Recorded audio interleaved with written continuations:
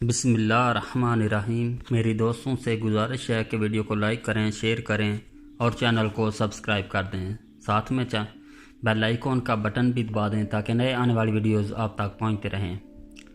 918 تا 926 مطابق 1512 تا 1520 سلیم اول 918 میں تخت نشین ہوا۔ شروع ہی سے اپنے مخالفین سے صلح و آشتی کی طرف میلان کا اظہار کیا، خواہ یہ اس کے بھائی تھے یا اس کے بھتیجے۔ سلطان سلیم ادب، فارسی شاعری اور تاریخ کا دل دادا تھا۔ سخت مجاز ہونے کے باوجود اہل علم کی صحبت پسند کرتا تھا اور مورخین اور شعراء کو مدینہ قتال میں بھی اپنے ساتھ رکھتا تھا تاکہ وہ جنگی حالات کو قلم بند کریں اور ایسے شعر سے فوج کا ولولہ تازہ کریں جن میں ماضی کی عظمتیں بیان ہوں۔ جب سلطان سلیم سریر آرائے سلطنت ہوا تو دولت عثمانیہ دوراہے پر کھڑی تھی۔ کیا وہ اس واضح پر قائم رہے اور بلقینی اناضولی مملکت تک اپنی سرحدوں کی وسعت کو کافی سمجھے، یا یورپ میں پیش قدمی جاری رکھے، یا پھر مشرق کے اسلامی ملکوں کو اپنی مملکت کا حصہ بنائیں؟ اس صورتحال یہ تھی کہ سلطان سلیم اول نے دولت عثمانیہ کی جہادی پالیسی میں کچھ بنیادی تبدیلیاں کی تھیں۔ ان کے دور میں یورپی مغربی میں پیش قدمی رک گئی اور دولت عثمانیہ اسلامی مشرق کی طرف متوجہ ہو گئی۔ بعض مورخین نے عثمانی پالیسی میں اس تبدیلی کے کئی اسباب بیان کیے ہیں، جن سے چند درج لیے ہیں۔ عثمانی عسکریت پسندی کا یورپ سے سیر ہو جانا۔ اس نظریے کے حامل مورخین کہتے ہیں کہ 15ویں صدی کے اواخر میں دولت عثمانیہ مغربی فتویٰ سے سیر ہونے کے مرحلے میں پہنچ چکی تھی۔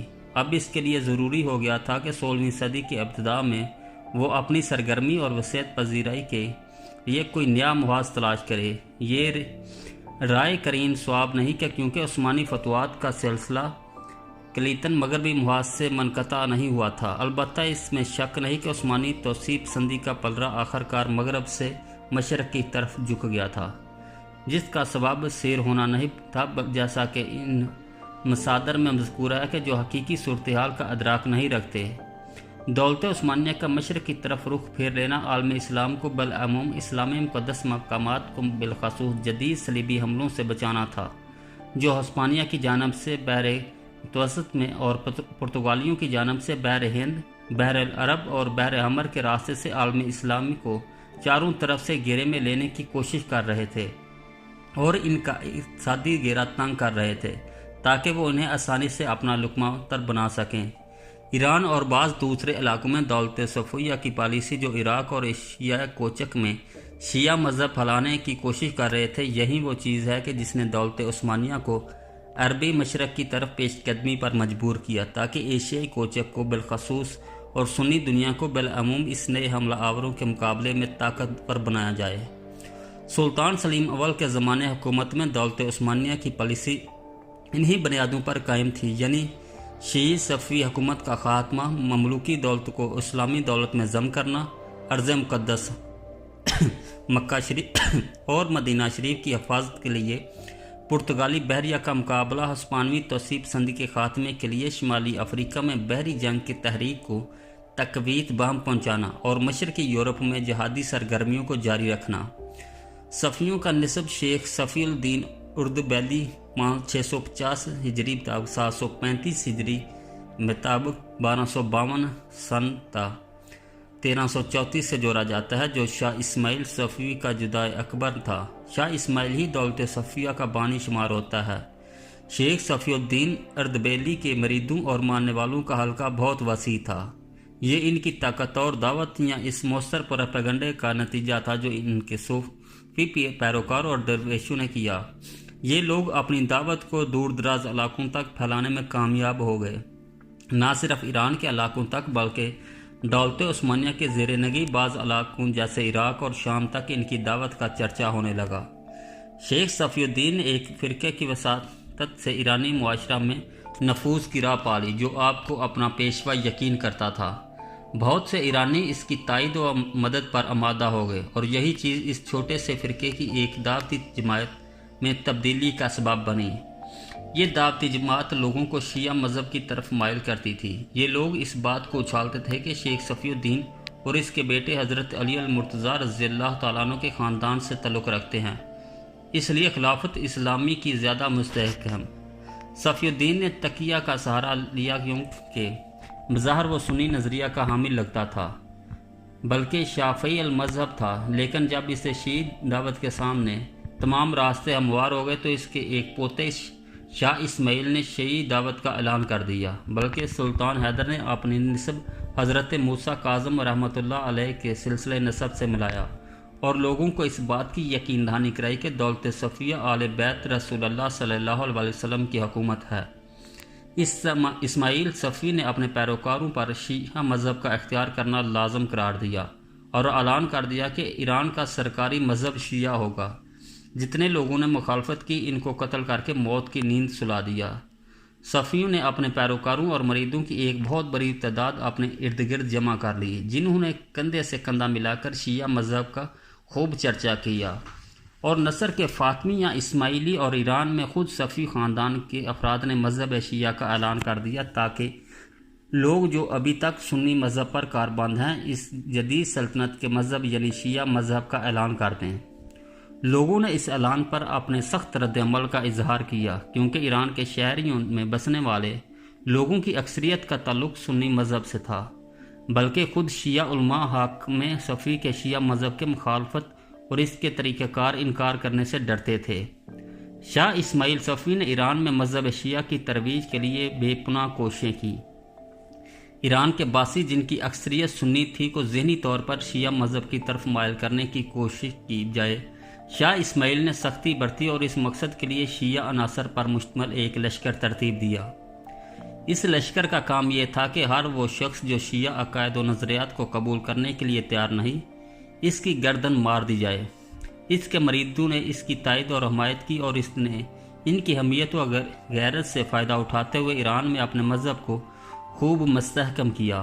شاہ اسماعیل صفی نے اپنی سیاسی اور مذہبی ہدایت کو مستحکم کرنے کے لیے ماہرانہ پالیسی اختیار کی۔ اس نے قزل باش قبائل کو اعتماد کیا جو ترکی لاصل تھے تاکہ وہ اس کی اکثریت قوت کی بنیاد بنیں۔ وجہ یہ تھی کہ ایرانی معاشرہ اس دور میں مختلف عناصر سے مرکب تھا، کیونکہ اس پر مختلف اطراف سے کئی یورشیں ہوئی تھیں۔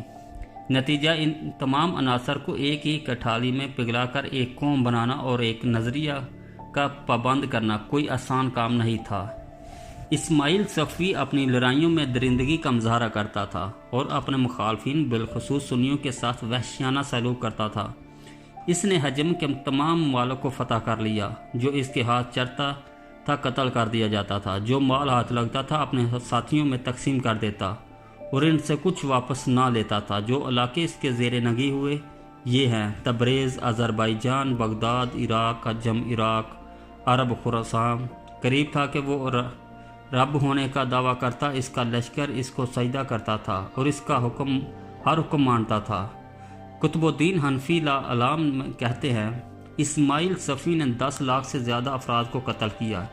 اس قتل عام کی مثال نہ زمانہ جاہلیت میں ملتی ہے اور نہ اسلام کے کسی عہد میں، اور نہ ہی اتنے قتل و سابقہ امتوں میں ہوں گے جتنے شاہ اسماعیل نے قتل کیے۔ اس کے ہاتھ علماء اسلام کی ایک بہت بڑی تعداد قتل ہوئی جو اپنے دور کے بہت بڑے عالم تھے، حتیٰ کہ بلاد عجم میں ایک بھی عالم نہ بچ پایا۔ اس نے ان کی تمام کتب جلا ڈالی، حتیٰ کہ قرآن کریم کے نسخوں کو جلانے سے بھی اعتراض نہ کیا۔ وہ اپنے بزرگوں کے برکت سخت رافضی تھا، اس کے مرید اس کا بے حد احترام کرتے تھے۔ اس بارے عجیب و غریب واقعات مشہور ہیں۔ ایک واقعہ اس طرح بیان کیا جاتا ہے کہ شاہ اسماعیل ایک پہاڑی پر کھڑا دریا کا نظارہ کر رہا تھا کہ اس کا رومال اس کے ہاتھ سے نیچے دریا میں گر پڑا۔ اس مقصد رومال کے پیچھے 1000 مریدوں نے پہاڑی سے نیچے دریا میں چھلانگ لگا دی۔ کئی غرق آب ہوئے، کئی موجوں کی نظر ہوئے اور کئی شدید زخمی ہوئے۔ ان کے مرید شاہ اسماعیل کو الوحید کے مامور سمجھتے تھے۔ قطب الدین حنفی کے بقول شاہ اسماعیل کو کوئی شخص نہ دے سکا، حتیٰ کہ سلطان سلیم کے ساتھ اس کی جنگ ہوئی اور پہلی بار اسے شکست کا سامنا کرنا پڑا۔ شاہ اسماعیل شیعہ مذہب کا مدعی تھا۔ اس نے اس مذہب کی ترویج و اشاعت کے لیے ہر ممکن کوشش کی، حتیٰ کہ اس کی دعوت کا سلسلہ دولت عثمانیہ کے زیر نگی بعض علاقوں تک دراز ہوا۔ ان علاقوں میں جن عقائد و نظریات کی تبلیغ ہو رہی تھی، سنی عثمانی معاشرہ اس کو قبول کرنے کے لیے قطعاً تیار نہیں تھا، کیونکہ یہ عقائد قرآن و سنت سے متصاد تھے۔ یہ لوگ صحابہ کرام کی تکفیر کرتے تھے، رسول اللہ صلی اللہ علیہ وسلم کے دور پر لعن طعن کرتے تھے، قرآن کریم کی تحریف کا عقیدہ رکھتے تھے۔ ان کے علاوہ کئی اور بھی عجیب و غریب نظریات ان کے مذہب میں شامل تھے۔ ظاہر ہے کہ اس دعوت کی بازگشت سنی سلطنت کے فرمانروا سلطان سلیم کے کانوں تک پہنچی۔ اس نے فوراً سلطنت کی اہم شخصیات، قاضیوں، سیاسی زعماء، علماء کی جماعت کو بلایا۔ یہ واقعہ 920 ہجری مطابق 1514 سن کا ہے، اور اعلان کیا کہ ایران کی شیعہ حکومت سے نہ صرف دولت عثمانیہ کو خطرہ لاحق ہے بلکہ پورا عالم اسلام اس خطرے کی زد میں ہے، اس لیے دولت صفیہ ایران کے خلاف جنگ ناگزیر ہے۔ علماء کرام نے بھی سلطان کی رائے سے اتفاق کیا۔ شاہ اسماعیل جب عراق میں داخل ہوا تھا تو اس نے وسیع پیمانے پر سنی علماء کا قتل عام کیا تھا اور ان کی مساجد و مقابر کی اینٹ سے اینٹ بجا دی تھی۔ سلطان بایزید کے آخری سالوں میں تو شیعی خطرہ بہت بڑھ گیا تھا۔ جب سلطان سلیم نے زمانہ اقتدار اپنے ہاتھ میں لی تو دولت عثمانیہ کے ارباب حکومت نے شاہ اسماعیل کے شیعہ مریدوں کا گرہ تنگ کرنے اور دولت عثمانیہ کے مخالفین کے صفایا کا پروگرام بنایا۔ اناضول میں شاہ اسماعیل کے بہت سے ساتھیوں کو قتل کیا گیا اور بہت سوں کو قید کر دیا گیا۔ اس کے بعد خود اسماعیل سے دو ہاتھ کرنے کی ٹھانی، دونوں کے درمیان سخت خطوط کا تبادلہ ہوا۔ سلطان سلیم نے شاہ اسماعیل کے نام خط بھیجا اور اس میں اسے لکھا، بے شک ہمارے علماء اور فقہ نے تیرے خلاف قصاص کا فیصلہ صادر کیا ہے، اس لیے کہ تم مرتد ہے۔ ہر سچے مسلمان پر لازم ہے کہ تیرے مذہب کے خلاف جنگ ازما ہو، اور تجھ میں اور تیرے بیوقوف پیروکاروں میں جو بد مذہبی ہے اس کو ختم کر دے۔ لیکن اس سے پہلے کہ ہم تجھ سے جنگ کریں اور ہماری تلواریں بے نیام ہوں، ہم تمہیں صحیح دین کے دائرے میں آنے کی دعوت دیتے ہیں۔ اس کے علاوہ تجھ پر لازم ہے کہ ان اقالیم کو خالی کر دے جو تو نے ہم سے غصب کر کے اپنے قبضے میں کر لی ہیں۔ اگر تو ایسا کرے گا تو ہم تیری جان بخشی کی ضمانت دینے کو تیار ہیں۔ اسماعیل صفوی نے اس خط کے جواب میں سلطنت عثمانیہ کے سلطان کو عفیون کا تحفہ بھیجا اور کہا، مجھے یقین ہے کہ یہ خط نشے کی حالت میں لکھا گیا ہے۔ سلطان سلیم نے اسماعیل کے نام اس طرح کا ایک اور خط لکھا، میں آل عثمان کا سردار اور سلطان ہوں، میں اس دور کے بہادروں کا سردار ہوں، مجھ میں فریدوں کی اسی شجاعت اور ریب و دبدبہ ہے، میں سکندر جیسی قوت رکھتا ہوں، میں کسرا و نوشیروان کا عدل رکھتا ہوں، بت شکن اعداء اسلام کو نیست و نابود کرنے والا ہوں، میں ظالموں کے لیے خوف اور متکبر جابروں کے لیے سراپے ڈر ہوں، میں وہ ہوں جس کے سامنے بڑے بڑے بادشاہوں کے سر جھک جاتے ہیں، میری طاقت کے سامنے عزت و عظمت کے بڑے بڑے عصائے سلطانی جھک جاتے ہیں، میں عظیم بادشاہ سلطان سلیم خان بن سلطان اعظم مراد خان ہوں۔ اے میرا اس امیر اسماعیل، اے فارسی سپاہ کے سپہ سالار، تیرا کیا خیال ہے میں تیری طرف بڑھنے کے خیال کو ذہن سے نکال دوں گا، جبکہ میں سچا مسلمان ہوں، مخلص توحید پرست مسلمان کی جماعت کا سلطان ہوں۔ اب جب کہ علماء اور فقہ نے جو ہمارے پاس ہیں تیرے قتل کا فتویٰ دے دیا ہے اور تیری قوم سے لڑنے کا فیصلہ سنا دیا ہے، تو ہم پر فرض ہے کہ تیرے خلاف جنگ ازما ہوں اور لوگوں کو تیرے شر سے نجات دیں۔ سلطان سلیم اول نے دولت صفویہ سے ایک فیصلہ کن جنگ کرنے کا مصمم ارادہ کر لیا۔ جو ہی وہ اناضول سے استنبول پہنچا تو استنبول سے ایرانی علاقوں کی طرف نقل و حرکت شروع کر دی۔ جب سکوٹرائی پہنچا تو شاہ اسماعیل کے نام ایک تہدید آمیز خط تحریر کیا، اور جو تلاش کرے گا اسلام کے بغیر کوئی اور دین تو وہ ہرگز قبول نہیں کیا جائے گا، اس سے اور وہ قیامت کو ضیاء کاروں میں ہوگا۔ پر جس کے پاس آئی نصیحت اپنے رب کی طرف سے تو رک گیا تو جائز ہے اس کے لیے جو گزر چکا، اور اس کا معاملہ اللہ کے سپرد ہے، اور جو شخص دوبارہ وہی حرکت کرے گا وہ لوگ دوزخی ہیں، اس میں ہمیشہ رہیں گے۔ اللہ ہمیں سیدھا راستہ دکھانے والا بنا، گمراہ کرنے والا نہ بنا، اور نہ ہی گمراہوں میں سے کر، اور درود ہو سید عالمین محمد صلی اللہ علیہ وسلم پر اور ان کے تمام صحابہ کرام پر۔ اس دوران سلطان سلیم اول کو آفاق کویون اللہ قبیلہ کے محمد بن فراز شاہ بیگ کی طرف سے بھیجا تاکہ وہ اپنے قبیلہ سمیت اسماعیل صفوی کے ساتھ جنگ میں عثمانی فوج کا ساتھ دے۔ دونوں متحرک فوجوں کے درمیان طلائعاتی جنگ ہونے لگی، مگر سلیم اول نے پیش قدمی جاری رکھتے ہوئے ہر حال میں جنگ کرنے کی کوشش کی، حتیٰ کہ آگے بڑھتے ہوئے لشکر صحرائے یاس چمن تک پہنچ گیا، جو آذربائیجان کے قریب ہے۔ یاس چمن کے جاسوسوں کے ذریعے یہ اطلاع پہنچی کہ شاہ اسماعیل صفوی جنگ نہیں کرنا چاہتا، وہ موسم سرما تک جنگ ٹالنا چاہتا ہے تاکہ سردیوں میں عثمانی لشکر سردی اور بھوک سے ہلاک ہو جائے۔ سلیم کی پوری کوشش تھی کہ شاہ اسماعیل اور اس کی فوج کے درمیان فوراً جنگ ہو، اس لیے اس نے دوبارہ قاصد روانہ کیا، اور قاصد کے ہاتھ خط کے علاوہ ایک خرقہ تسبیح اور کشکول بھی روانہ کیا تاکہ وہ شاہ اسماعیل کو بتا سکے کہ تم درویش خاندان سے تعلق رکھتے ہو، میدان جنگ میں ہمارے سامنے کھڑا ہونا تمہارے بس کا نہیں۔ لیکن اس کے باوجود شاہ اسماعیل طیش میں نہ آیا، بلکہ واپسی پر صلح کا طالب ہوا اور دونوں سلطنتوں کے درمیان امن سلامتی کے معاہدے کی بات کی، لیکن سلیم نے صلح کرنے سے انکار کر دیا، اس کے قاصد کی اہانت کی اور اسے قتل کرنے کا حکم صادر کر دیا۔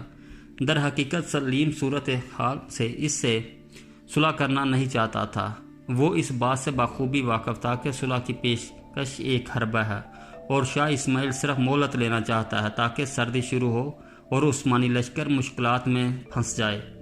سلطان سلیم نے پیش قدمی جاری رکھی، جاسوس لمحے کے خبر دے رہے تھے، یہ اطلاع بھی تھی کہ شاہ اسماعیل نے جنگ و جدل کی تیاری شروع کر دی ہے، بلکہ وہ جالیدران صحرا کے قریب پہنچنے والا ہے۔ سلیم نے بھی اس کی طرف بڑھنا شروع کیا۔ اگست 1514 کو دونوں فوجوں کا آمنا سامنا ہوا۔ سلیم نے بہترین مقام کا انتخاب کر لیا جو جنگ کے لیے نہایت موزوں تھا۔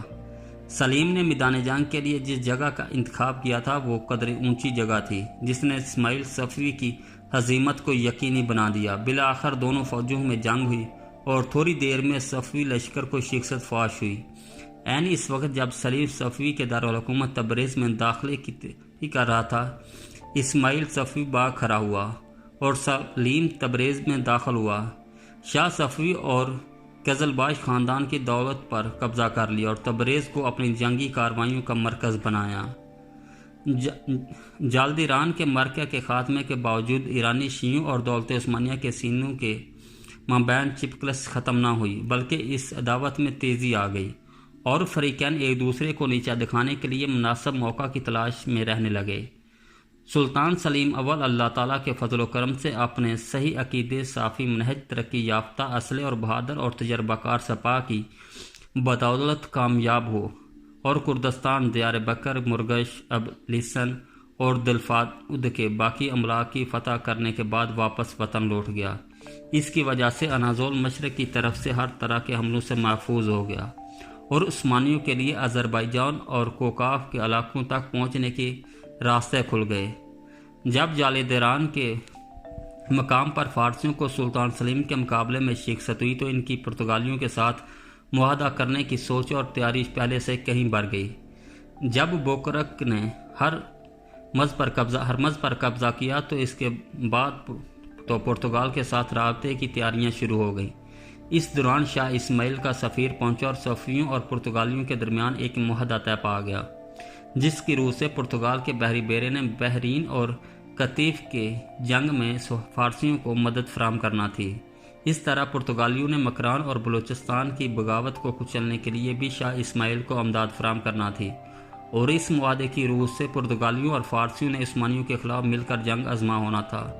لیکن اس معاہدے پر عمل نہ ہو سکا کیونکہ بوکرک کی موت نے اس معاہدے کو کالعدم قرار دیا۔ پرتگالیوں نے جالیدران کے معرکے سے پہلے ہی شاہ اسماعیل کے ساتھ خیر سگالی کا اظہار کر دیا تھا۔ صفویوں سے دوستی کا مقصد عربی خلیج میں کسی مناسب مرکز کی تلاش کے ہدف کو حاصل کرنا تھا۔ وہ جانتے تھے کہ اگر وہ صفویوں کی دوستی حاصل نہ کر سکے تو خلیج میں مقامی فوجوں کے تعاون سے اپنے اہداف کو پورا کرنے میں پرتگالیوں کو ناکامی کا سامنا کرنا پڑے گا، بالخصوص بحر حمر میں نفوذ کرنے کے مرکز کے حصول کی ان کی سکیم کافی حد تک ناکام ہو جائے گی۔ فارسیوں کے ساتھ امن کرنے کی پرتگالی پالیسی ایک خط کے ذریعے سامنے آتی ہے۔ یہ خط بوکرک نے شاہ اسماعیل صفوی کے نام تحریر کیا تھا۔ اس خط میں یہ بات مذکورہ ہے کہ میں آپ کی اس لیے قدر کرتا ہوں کہ آپ نے اپنے ملک کے اندر بسنے والے مسیحیوں کے ساتھ احترام کا سلوک کیا۔ میں اپنا بحری بیڑا، سپاہی اور اسلحہ آپ کو پیش کرتا ہوں تاکہ آپ ہندوستان میں ترکوں کے قلعوں کے خلاف انہیں اپنے کام میں لائیں۔ آپ جب عرب کے علاقوں پر حملہ کریں گے یا مکہ پر حلہ بولیں گے تو بحر احمر میں جدہ کے سامنے یا عدن میں یا بحرین میں کتیفل یا بصرہ میں مجھے اپنے ساتھ پائیں گے۔ فارسی سال کے ساتھ ساتھ شاہ مجھے اپنے قریب پائیں گے اور جو وہ چاہیں گے میں ان کے لیے کروں گا۔